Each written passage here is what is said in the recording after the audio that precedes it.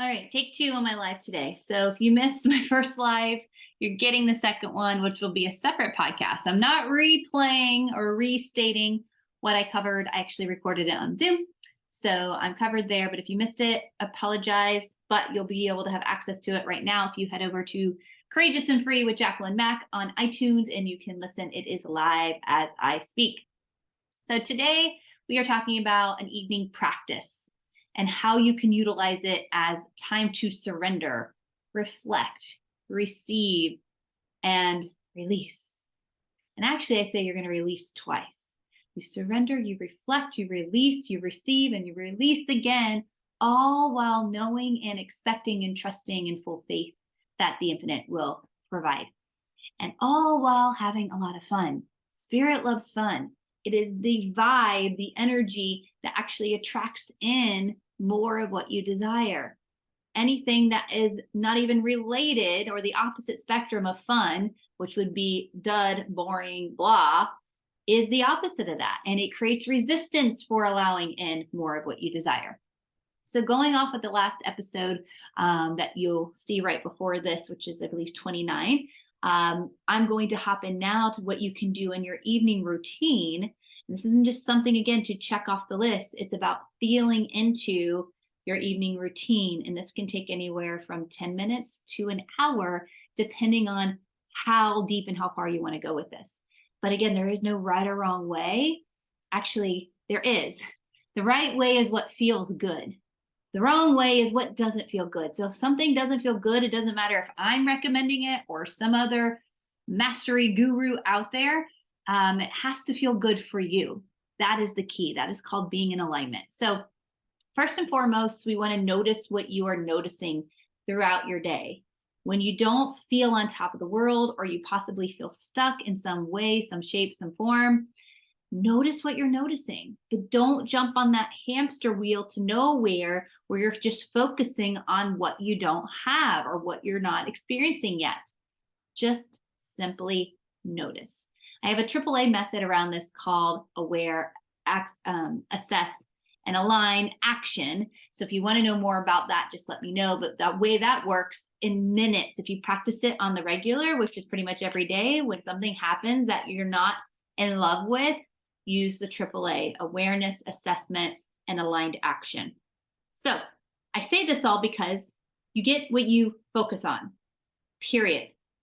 You get what you focus on. So if you're getting something you don't love, how much are you focusing on it?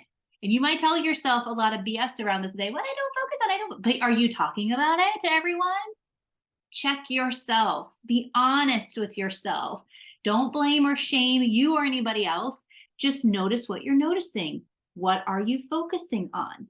You might as well invest time and energy to focus on what you desire, right? Or at least give it a try. What's going to happen is you're going to start receiving. You're going to start receiving what you truly want and desire. Too many times people hurry up from 1 second. They wake up and actually hurry up and hit the snooze, and they hurry up and hit the snooze again, and they go throughout their whole day. They hurry up and go to the bathroom. They hurry up to get ready. They hurry up to grab the kids. They hurry up to go. They hurry up to get to wherever they're getting to. They hurry up to get something done. They hurry up to check email. They hurry up to have that conversation. They hurry. And at some point, they might even start running late because they're hurrying so much, and they miss some things, and life starts happening. Circumstances start happening to them, and then they hurry up and they go to bed. They hurry up to go to bed, and they wonder why they can't turn off the chatter in the mind. This is also something you can program yourself to do or not to do. It feels good not to hurry. It feels good to sit in nature. It feels good to be grounded. And just be with nobody wanting anything from you. It feels so good. And you can do that multiple times throughout your day.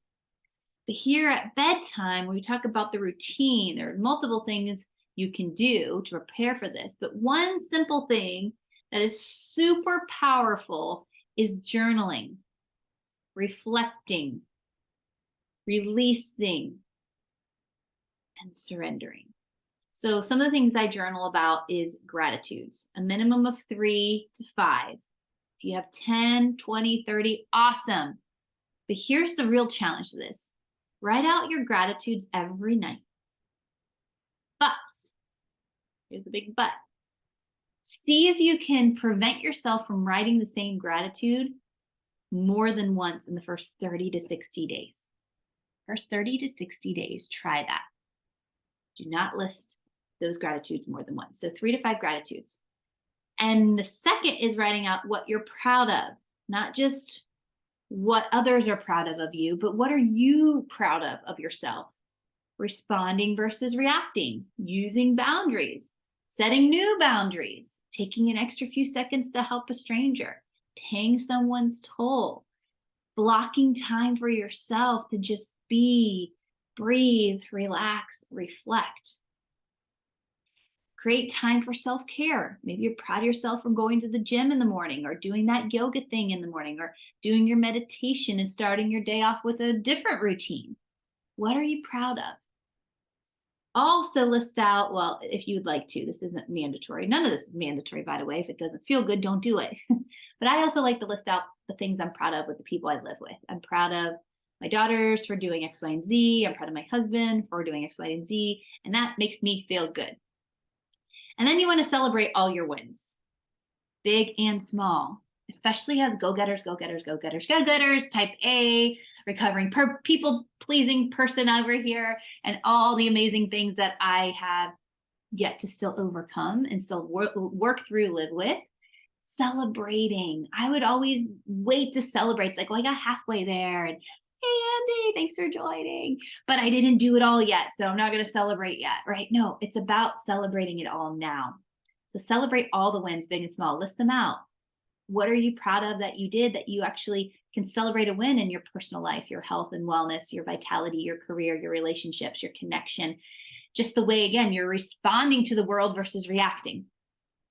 And the second part of this I call growth, right? The celebrating your wins, what you're proud of, those are part of growth. What you're being aware of, noticing what you're noticing, is part 2, is any challenges that you have and feeling stuck or in a funk, which again, it's not all roses and rainbows every day. But when those things happen, you can go back to episode 29, and there are some things you can do there. Because being stuck is really just this far away from being unstuck. Most of the time, what causes us to be blocked or stuck is in our mind. We created it. Yes, we created it. Or we feel stuck because our mind wants to keep us in the familiar, because it's comfortable, it's safe, it's predictable. And I've done other episodes on that as well. So go back and listen, go back and say things until it's almost automatic for you to understand. So once you have that part of where you've looked at any challenges that have you feeling stuck, what can you actually do about it now? Are these things in your control? Are they out of your control and you have to just let it go and quit being stuck in it because it's not yours to be stuck in, right? That's a huge part of growth. So once you have all of that, you can tap in now to the desires, the dreams, the visions, the goals you have not yet experienced. The smells, the taste, where you're at, what does it feel like, the warmth of the sun, and really anchor into that, because your subconscious mind is super vulnerable right before we go to bed. So why not send the message to the infinite God, source, universe and say, this is what I want, versus walking into dreamland with all the things you don't want. That's usually what people do. They go to bed and they think about all the things they wish they wouldn't have done that day, or they wish that wouldn't have happened to them.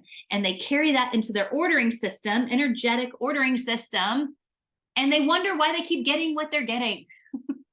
You get what you focus on. Notice what you're noticing. Notice what you're focusing on. This is all connecting now. So think about where you are, what you want. Go back and reread your vision, reread your goals, everything you've set yourself up for this month, this year, this week, this quarter, this decade, whatever that is can get you back on that high-flying vibe again. Because when you go into your subconscious mind, this is where it's really active. Obviously, when you're awake and when you're asleep, but it takes over entirely when we are asleep. And it's free from the interference of our humanness, our humanness, right? We are these spiritual beings having this human experience, and we get in our own effing way. Thank you, Andy, for all the hearts. I know we're speaking the same language here. Andy, by the way, who's live with me, he is one of my mentors who actually introduced me to neurolinguistic programming. Gosh, has it been 15, 20 years now, Andy?